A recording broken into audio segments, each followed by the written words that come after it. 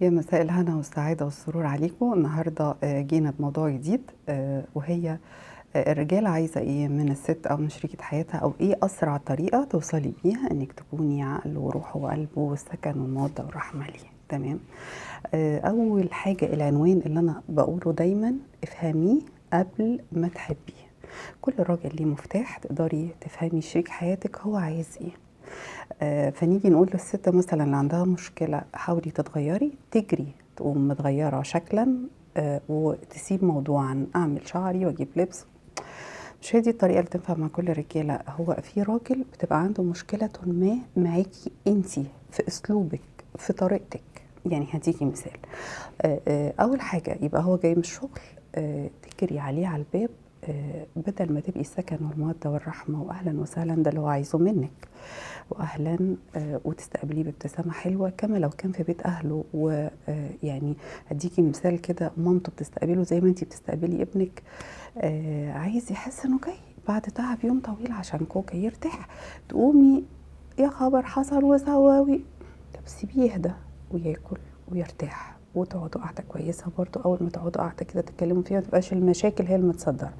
اعرضي المشاكل باسلوب حلو وبسيط في نقط كده صغيره، وسيبيه هو هيفهم التفاصيل يعني، او تقوليها له يعني بطريقه برضو مبسطه. دي اول حاجه. تاني حاجه في راجل بيحب كمان الست تبقى عاقله وموزونه ولسانها تقيل. مش كل حاجه هو هيقولها لك هتجري تقوليها لاهلك ولاصحابك. خليكي تبقي موضع ثقه. عايزك تبقي موضع ثقه، عايز يحط اسراره معاكي، ما يبقاش كل الدنيا عارفه كل التفاصيل اللي بيكلمك فيها. طيب، تالت حاجة، عايزك تبقي صاحبه. يعني ايه صاحبه؟ يعني يقعد يتكلم معاكي يبقى واخد راحته، بيفضفض. ما تبقيش واقفه له على الغلطة: انت عملت، انت سويت. حتى لو عمل اي حاجة، عارف انه هيجي يكلمك، وعارف انك هتحتويه وهتفهميه، وعارف حتى لو اخدتي على خاطرك شوية يعني هتعاتبيه بطريقة بسيطة، بس مش وهو بيتكلم، بعد ما يتكلم. طيب الراجل عايز منك ايه كمان؟ عايز منك تفهمي هو عايز ايه. يعني عايزك على طول في البيت واخده بالك من نفسك، لابسه حلو، الولد نضاف، البيت هادي. في راجل دي طلباته، في راجل تانية طلباته لا، عايزك بتشيلي عنه هموم. يعني طب خليك، انا ممكن اعمل دي وانت ممكن تعمل دي، وكأنك بتشاركي. في راجل تالت عايزك لا، ما تعمليش حاجه خالص، وهو يبقى متصدر الليله كلها ويعمل كل حاجه. تمام. طيب ايه كمان ممكن نتكلم فيه؟ الراجل يكون عايزه منك، عايز منك انك لما يقولك على حاجة يعني تسمعيه.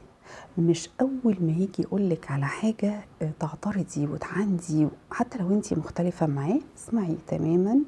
لو ليه نقد او كومنت في حاجة، اسمعي بهدوء جدا وناقشيه بهدوء برضه: لا والله بص، الموضوع انت مش شايفه كده، الموضوع كده. طيب في راجل تاني عايز يحس بالتقدير. يعني ايه؟